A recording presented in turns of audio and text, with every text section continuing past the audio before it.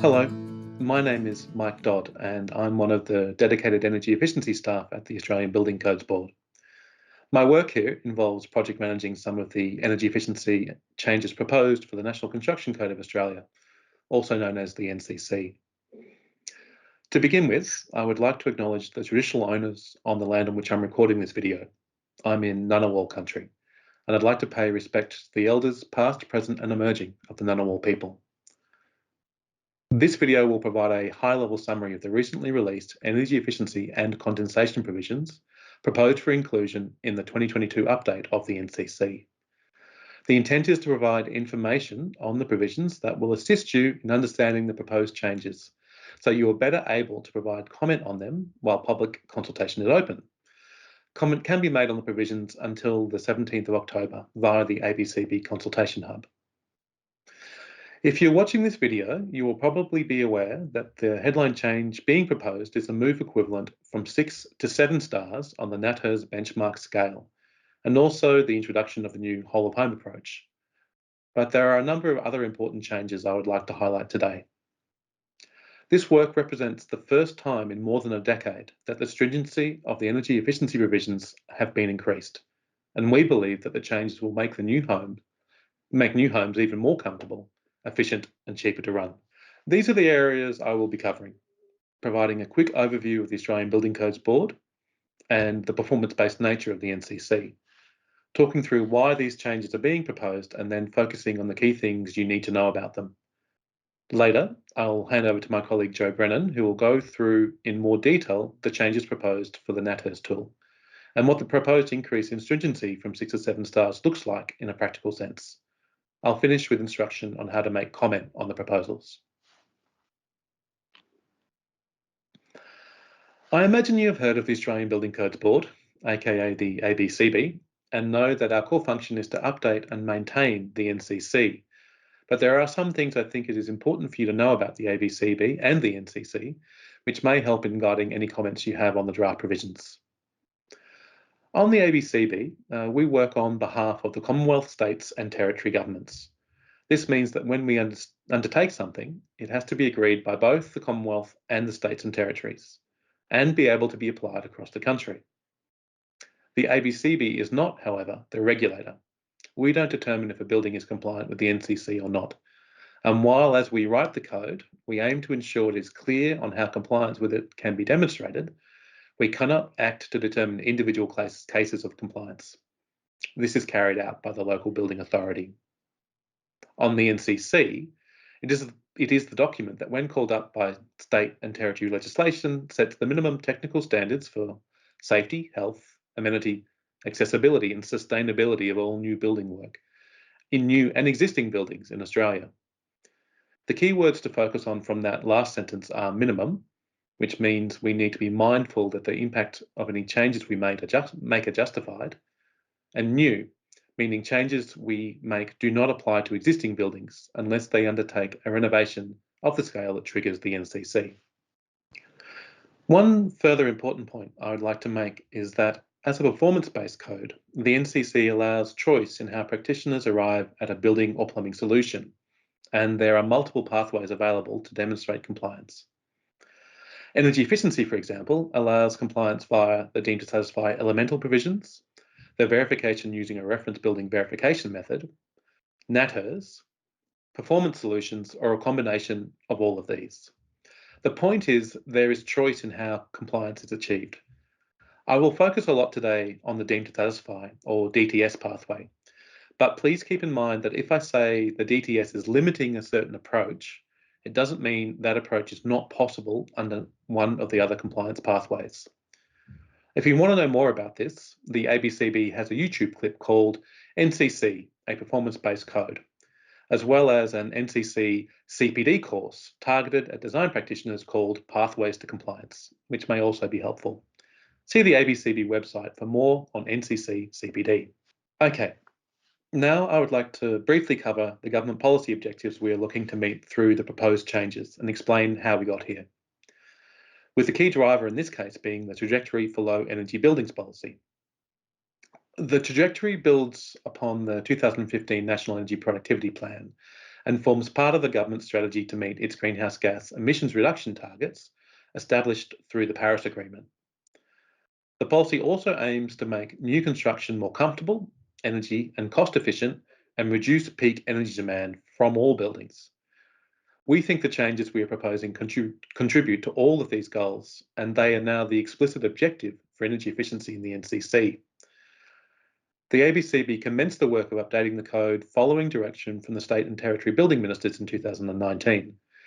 We began by releasing a scoping study in late 2019, which commenced industry consultation and led to agreement on what would be addressed in the 2022 update. The scoping study is available on our website. This was then followed by 18 months of technical work and targeted consultation to draft new regulations, all of which brings us to where we are today, with a new set of code provisions to consider. Okay, I'm now going to go through the key changes proposed for energy efficiency, starting with the changes made to the performance requirements, looking at the existing verification method for Class 1 buildings, introducing a new Class 2 apartment building verification method, touching briefly on NaTHERS, as Joe will cover it in greater detail later, then talking through the new requirements related to appliance and renewable energy equipment. After Joe's presentation, I'll finish with an overview of the changes proposed for condensation, and then explain how to make comment on the proposals. The first key change I want to note is that the existing performance requirements for Class 1 dwellings, formerly known as P2.6.1 building fabric and P2.6.2, are now known as H6P1 and H6P2, and they have moved from being qualitative to being quantitative. H6P1 relates to how the building fabric performs to reduce heating and cooling loads, while H6P2 looks at the societal cost of running key energy-using appliances. Note, societal cost is not just your energy bill. It includes the cost of greenhouse gas emissions and peak network demand. These now both have quantified levels that a building can be benchmarked against. As previously, both requirements must be met individually. You cannot trade performance between fabric and appliances. Mirroring the Class 1 performance requirements, there are now two new performance requirements for apartment buildings called J1P2 and J1P3, setting minimum standards for both the envelope and regulated appliances of an apartment building's sole occupancy units. Note, while the calculations to develop a performance solution for these new quantified performance requirements may seem complex, as with other performance requirements, they only apply where a performance solution is being developed from first principles. They do not invalidate the possibility of existing pathways, such as NaTHERS, or the deemed to satisfy elemental provisions. Further, if you follow those pathways, you do not need to demonstrate that you meet the quantified level of performance that is specified in the performance requirement. They are instead deemed to be equivalent with the levels indicated. Essentially, the process of quantification offers a new pathway to demonstrate compliance, increasing the options for builders. More detail is available on the consultation hub on these new requirements and pathways. Moving on to the next compliance pathway, the existing verification using a reference building, or VERB, used to show compliance with the building fabric performance requirement for Class 1 buildings remains an option. This pathway has been upgraded with new operating schedules for heating and cooling, thermostat settings, and schedules for maximum occupancy. These have been included to provide more detail and clarity for building modelers on how to construct their models. Speaking of the VERB, I would like to highlight that there is a new compliance pathway proposed for Class 2 buildings called J1V5, based on a verification using a reference building verification method. Its intent is to allow for a single energy model for a Class 2 building, including common areas, to be used to demonstrate compliance. It shares a lot of similarities with the existing JP3 pathways for commercial buildings in how energy models are to be constructed. More detail on this new pathway is on the consultation hub. Before I move on to the changes to the DTS elemental provisions, I'd like to touch briefly on one of the key changes for NCC 2022, the proposed increase in stringency for the NaTHERS deemed to satisfy compliance pathway. Joe will go into more detail later on important changes to the NaTHERS tool and pathway, but simply to say that the benchmark is proposed to shift from 6 to 7 stars. Along with this, the separate heating and cooling load limits introduced in 2019 have been updated, as have the benchmark minimums for apartment blocks, which now target a 7-star average with a 6-star minimum for apartments. I will now spend some time going through the key changes to the deemed to satisfy elemental provisions for the building fabric of Class 1 buildings, essentially roofs, floors, walls, and windows. There are some key points I would like to emphasise that relate to all of these elements. The first thing is that there has been a conscious effort to align the efficiency you get from the DTS elemental pathway with what you would expect from the NaTHERS pathway at 7 stars. This was done through undertaking thousands of energy models for different construction types across the full range of Australia's climates. As a result, we think the outcomes should be more consistent across each pathway.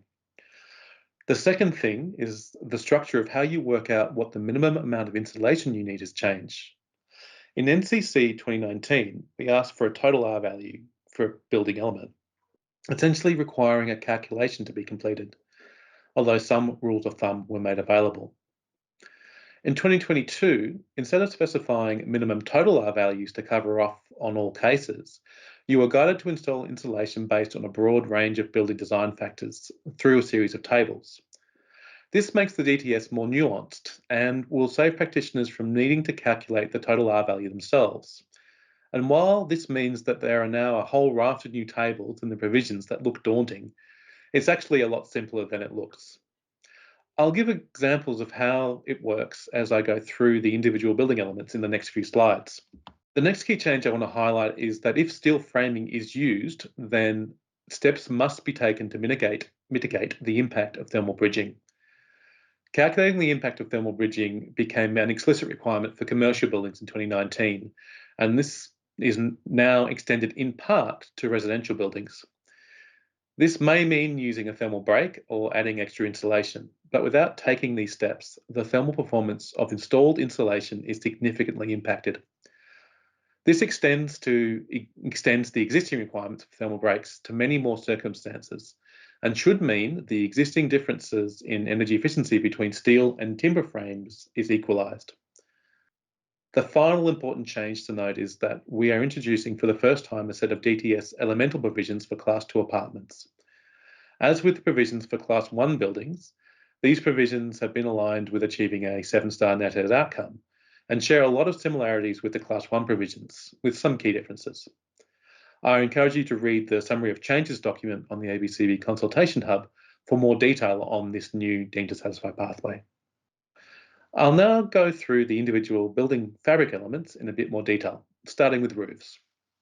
So for roofs, there are a couple of things I would like to note. Firstly, there is a cap for solar absorbance values, that is, roof colour, in climate zones 1 to 5 at 0.64, preventing dark colours in those regions when the DTS pathway is followed. However, higher solar absorbance values can still be used for colder climates.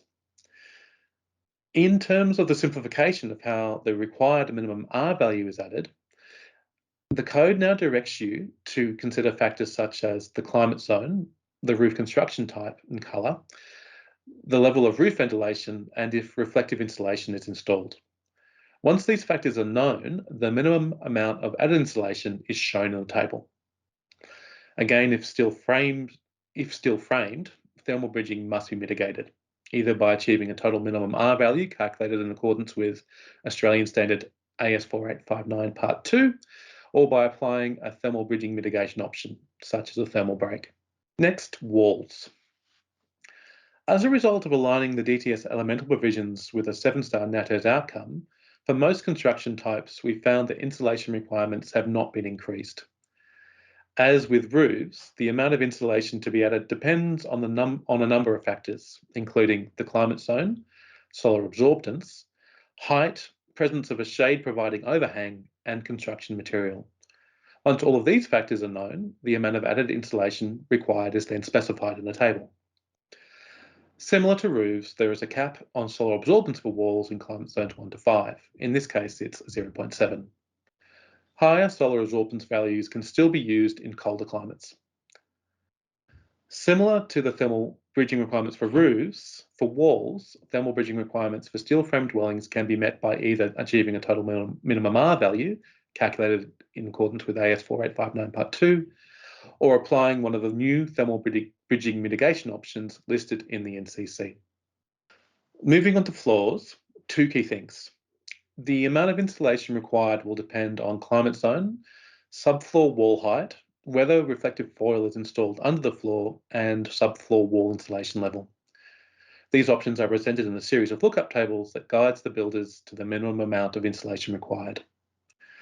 Secondly, a new DTS requirement is proposed for concrete slabs to be waffle pods in climate zones 6 to 8.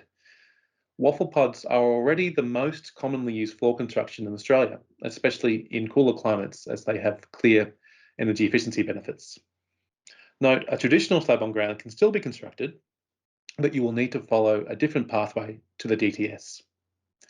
Thermal bridging requirements here mirror those for walls and roofs. Finally, for fabric, let's look at glazing.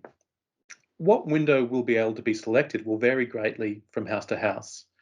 But generally speaking, while we are expecting to see more shading of windows in warmer climates, there is little change in most cases in comparison to the current DTS. As with walls, this is a result driven by alignment with NaTHERS outcomes, and also the greater nuance being made available through the addition of a set of window factors now explicitly included in the calculations for window performance. These factors guide a builder to select the window best suited to its location. The previous code lacked this subtlety and led it to be more over-stringent in some cases. The new factors to consider include if a window is on the ground floor or an upper story, if it's for a bedroom, what colour and type of window frame is used, and how far the window opens. All these factors combine to predict performance better than before. Finally, to assist making calculations, an updated glazing calculator has been released, available to test drive from the ABCB Consultation Hub website. I need to take a moment now to talk through a significant change proposed for NCC 2022. For the first time, the NCC will set a maximum annual energy use budget beyond which a residential building cannot go. The budget is based on the societal cost in each state equivalent to 70% of the annual energy use of these benchmark appliances. A 3-star heat pump for heating and cooling, a 5-star instantaneous gas water heater, and a lighting power density of 4 watts per square metre. The approach proposed is holistic, based on the collective energy used by those items, less any energy provided on-site by renewable energy, most likely solar. No minimum level is set for any individual appliances. This whole-of-home approach enables trading between the efficiency of the equipment to achieve the annual energy use budget. To determine if the combination of appliances selected needs to be supplemented with on-site renewable energy in order to meet the budget or not, the efficiency factors of potential appliance combinations are published in a new ABCB standard referenced in the NCC. The standard is available for viewing now. We have also provided a simple-to-use whole-of-home calculator to assist in quickly determining if the requirements have been met. As well as the calculator, we have also published the methodology and research that underpins this proposal. These are all available on the ABCB Consultation Hub. One further key change for residential buildings related to appliances is for ceiling fans.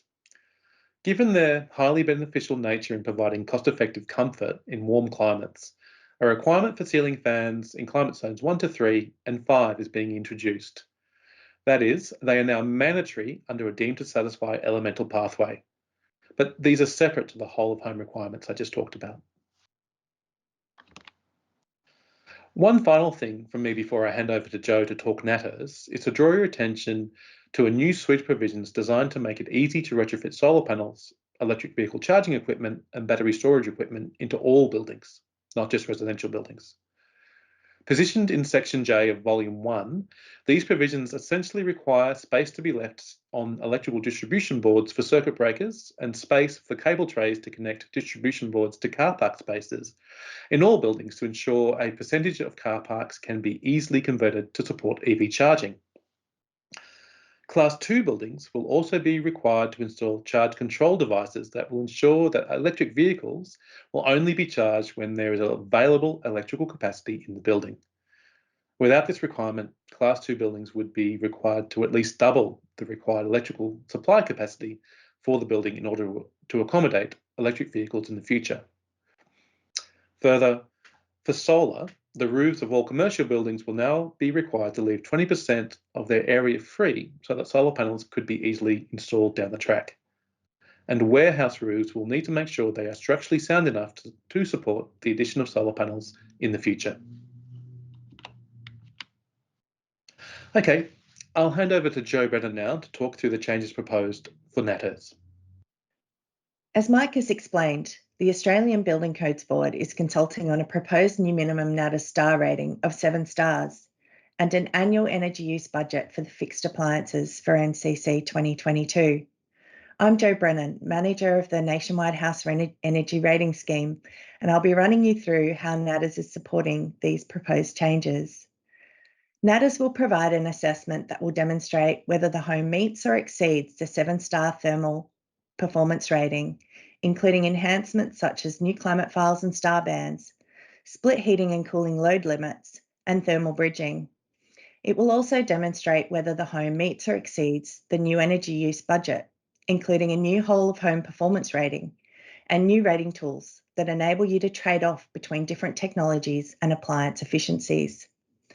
Next, I'll run through the changes to NaTHERS in more detail, starting with the thermal performance enhancements and moving to the new whole of home elements. But before we dive into those changes, let's go over how the scheme currently works. The Nationwide House Energy Rating Scheme, or NaTHERS for short. NaTHERS uses software based on scientific research by the CSIRO and has been refined over many years. The software models your house plans to estimate the amount of energy it will need for heating and cooling. Taking into account hundreds of factors, such as the building's construction, local climate and orientation, our National Star Rating System scores your house between 0 and 10 stars. Builders often use a NaTHERS rating to show a new home or renovation meets the minimum energy efficiency requirements in your state or territory. But if you want more than the minimum, it's best to get a NaTHERS assessment at the planning and design stage. This is when a NaTHERS assessor can give you expert advice on how to build or change your home to improve its energy use. The climate files used to calculate star ratings for NaTHERS have been updated with more recent and more accurate weather data. The new files are now based on data from 1990 to the end of 2015, instead of from 1970 to 2005. This is an important improvement to NaTHERS.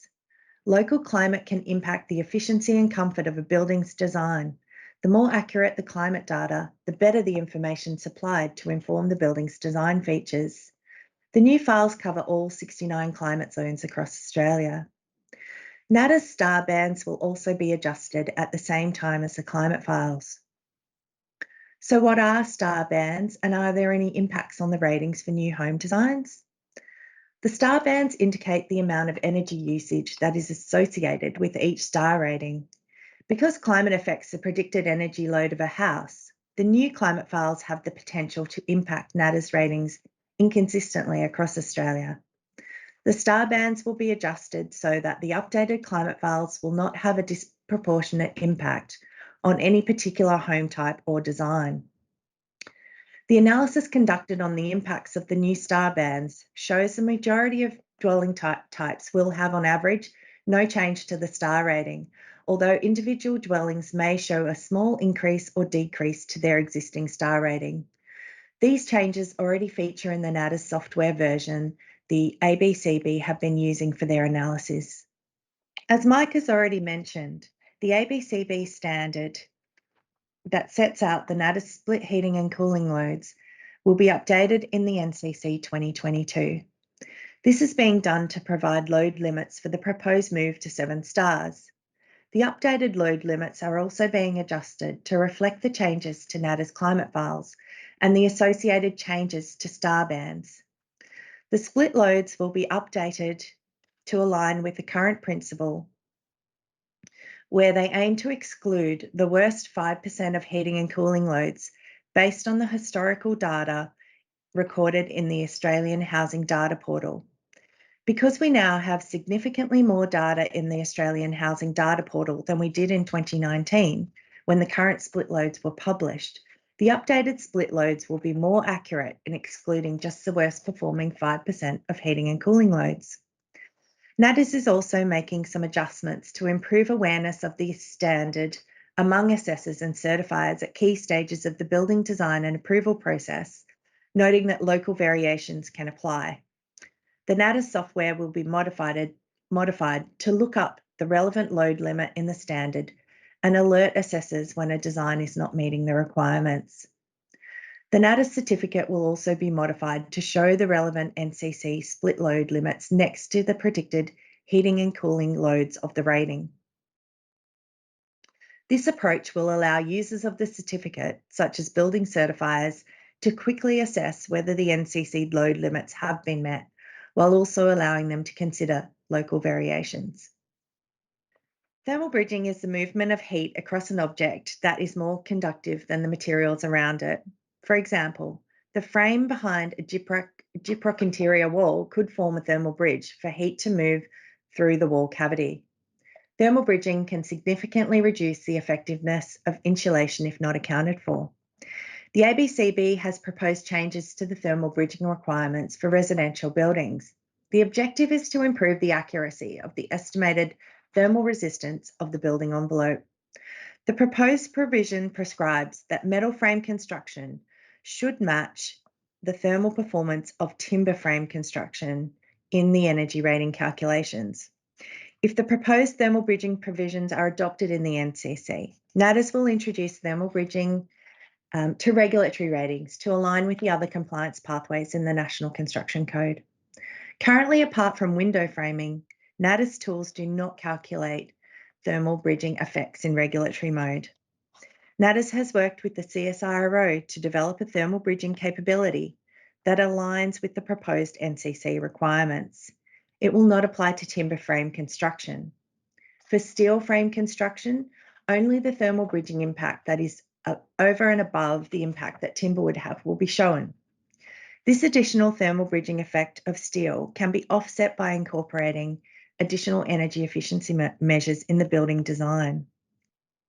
The impact of introducing this approach is expected to be up to 0.5 of a star rating.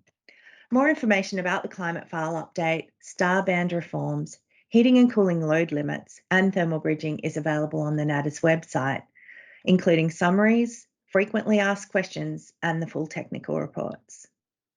NaTHERS Whole of Home will continue to provide information and a star rating of a home's thermal performance, but it will also provide information about the energy performance of heating and cooling appliances, water heating systems, lighting, pool and spa pumps, and on-site energy generation. In addition to the star rating, NaTHERS will provide a new rating on the overall energy performance of the home. That is the thermal performance combined with appliances. Appliance choice can be an easy way to improve a home's energy rating, make it more comfortable to live in, and save on energy bills. Heating and cooling accounts for 40% of household energy use, making it the largest energy user in the average Australian home. Hot water systems use around 21%, lighting around 6%, and other appliances and equipment are responsible for around 33% of the home's energy use. Expanding NaTHERS to assess and rate the energy performance of the whole home will support the proposed NCC requirements for residential buildings in 2022. It will deliver industry a streamlined and cost-effective approach to demonstrate compliance with the proposed NCC requirements. It will also support industry and consumers to design beyond minimum standards by showing a range of ratings from just above minimum levels right up to world-leading energy efficient homes. Right now, there are four tools accredited under NaTHERS that provide thermal performance star ratings. Accredited NaTHERS whole of home tools will be available for use from 2022 in September, when it's anticipated the proposed changes to the NCC 2022 will come into effect. A consultation version of the NaTHERS whole of home benchmark tool is currently available. It's been developed by the CSIRO and is based on best available science and data. The benchmark Accurate is a benchmark tool for NaTHERS and provides a consistent measurement for other energy rating tools when undertaking accreditation. NaTHERS has also endorsed the First Rate 5 whole of home pilot tool to provide an early indication of other NaTHERS accredited tools that may be available in the future. The consultation versions of Accurate and First Rate 5 build on the existing software and add modules to assess the energy performance of the home's heating and cooling, water heating, pool and spa pumps, lighting, and on-site energy generation. The whole home tools allow a wider range of appliances and energy generation and storage options to be assessed than currently available under the NCC deemed to satisfy elemental provisions. This enables industry to be able to adopt the most cost-effective and tailored solutions to meeting and beating compliance. It's estimated it will only take assessors an additional 10 to 15 minutes to undertake the whole home assessment. More modules are planned. However, those that support the NCC provisions have been developed as a first priority. You can request access to these consultation versions of the tools via the NaTHERS website, and you can also view a demonstration. A new NaTHERS certificate is being developed to support the NCC 2022. There are a range of new features. The rating of overall energy performance I mentioned earlier to demonstrate compliance with the NCC's performance requirement on the energy use budget. A new approach to displaying split heating and cooling load limits. An expanded checklist for verifying the home is designed and then built according to the information used to create the NaTHERS rating, and new schedules for appliances, on-site energy and battery systems. These schedules include detailed information about the appliances, on-site renewable energy and battery systems entered by the assessor to create the NaTHERS rating. The certificate also includes new information on the home's renewable energy contribution, greenhouse gas emissions, cost and energy consumption breakdowns for the energy uses in the home. There will be an opportunity to have your say on the detailed design of NaTHERS later in the year. Details will be released on the NaTHERS website and through the NaTHERS Star newsletter. Designing and building a home that meets the new requirements doesn't have to be costly. Simple design features incorporated at the design and build stage make a big difference to energy efficiency. The Your Home publication provides technical and practical information on design principles and construction techniques to achieve high performance, low energy homes. Orientation is key. Build for the localised climate, allowing shade and solar access as appropriate for tropical, temperate and cool climates. Repositioning a house on the block can make a world of difference to its performance. Avoid too many floor-to-ceiling windows. Inappropriate placed and sized windows can allow excessive heat to escape in winter and increase heat gain during summer. Installing roof and ceiling insulation can save up to 45% or more on heating and cooling costs.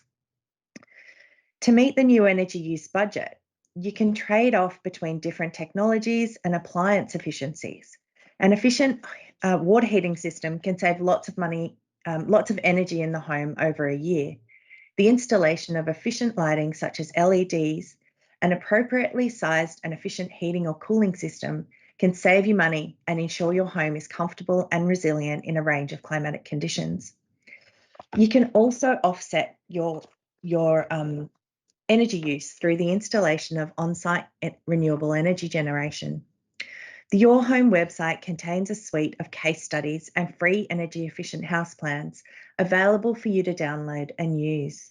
The plans achieve a 7-star rating in different climates across Australia. The Your Home book and website are currently being updated and are expected to be released soon.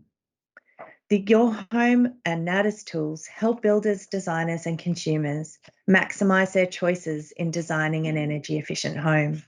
The NaTHERS expansion creates a pathway for the future of bespoke and volume built homes across Australia. NaTHERS will continue to support industry in their ability to meet and exceed the new minimum compliance standards. The proposed changes help Australia prepare for the buildings of the future that comply with the code and meet consumer demand for sustainable, healthy homes. Now back to Mike, who will talk you through the changes for condensation management. Thanks, Jo. I'm now going to go through the key changes for condensation management being proposed for NCC 2022. These focus on the ventilation of wet areas, of ventilation of roofs, and the vapour permeability of walls. I'll also touch on the relationship between the condensation and energy efficiency provisions. The first set of condensation changes I will focus on relate to wet areas. The largest moisture load, and therefore condensation risk in a home, comes from the areas where heated water is produced: kitchens, bathrooms and laundries. For this reason, we are proposing that exhaust from kitchens, kitchen range hoods, bathrooms or toilets are required to discharge outside of the building. Additionally, standard clothes dryers are required to be directly vented externally rather than venting inside. Condensing type clothes dryers, which produce a lower moisture load than standard clothes dryers, are not required to be discharged externally. Further, to ensure that they operate effectively, exhaust systems in wet areas without windows are required to have a dedicated make-up air pathway. This pathway can be provided with an undercut to the door of the wet area or be a pathway that meets the requirements of AS 1668 Part 2. Generally on ventilation, new flow rate allowances are also proposed for continuously operating mechanical exhaust systems. These allow for a more complete range of acceptable ventilation design options. The second area of focus for the condensation provisions relates to roofs. New roof design provisions have been included in NCC 2022, requiring that all roof spaces in climate zones 6, 7 and 8 provide an escape path for water vapour. In metal roofs or tiled roofs with an impermeable membrane, these escape paths are essentially a minimum number of ventilation openings.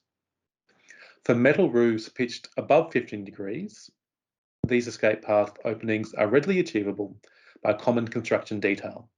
For roofs pitched below 15 degrees, additional ventilation openings may be required. Tiled roofs that use a highly vapour permeable membrane are not required to include additional ventilation openings for water vapour to escape. Note, roofs in a bushfire flame zone are exempt from all these roof ventilation requirements. Thirdly, walls. Depending on its construction, some materials used in a wall can inadvertently trap moisture and cause condensation. For this reason, we are proposing that sarking and secondary insulation layers in walls be required to be vapour permeable in colder climates. In climate zones 6, 7 and 8, these layers are required to be at least as permeable as a Australian Standard 4200 compliant Class 4 vapour control membrane. In climate zones 4 and 5, these layers must be at least as permeable as a Class 3 vapour control membrane. Finally, the condensation management verification method has been updated to include reference to ERA Design Application Manual DA07, which provides further clarity to practitioners on how to use a hygrothermal analysis in a performance solution. One thing I would also like to emphasise is that there was a conscious choice to build requirements into the energy efficiency provisions which help mitigate condensation risks. For example, impermeable foil insulation is known to increase condensation risks in cold climates, and this type of insulation has been excluded in the DTS energy efficiency requirements for cold climates. Also, well-sealed buildings with inadequate ventilation are known to have an increased risk of condensation. Therefore, continuous mechanical ventilation and additional ventilation of combustion appliances is proposed to be required where a blower door test has shown the building to be particularly well sealed. We also made sure to check if the changes proposed for wall installation would increase condensation risks. As noted previously, the energy efficiency changes do not increase installation levels in walls in most ETS cases. So the changes for installation in walls should not increase condensation via that pathway. Finally, we are not proposing to stop here. Additional condensation mitigation requirements are likely to be investigated for NCC 2025 as part of stage 3 of the condensation project. That covers the technical content of the presentation. Details of how to submit a comment on the proposal is on the ABCB Consultation Hub. Please keep in mind that we are seeking comment on the proposed changes to the NCC only. A change is indicated by the presence of red or green text in the consultation documents. Consultation comment is open until October 17, and we welcome your feedback. If you have commentary on any other part of the NCC that is not changing or included in the consultation documents, you can do so by submitting a proposal for change via the main ABCB website. From here, we invite you to read the other supporting documents on the ABCB Consultation Hub relevant to these proposals, including technical reports and case studies. Going forward, once comment closes, we will take what we learn through public comment and refine the provisions. The results of these revisions should be available for adoption in September 2022. Thank you for watching. Goodbye.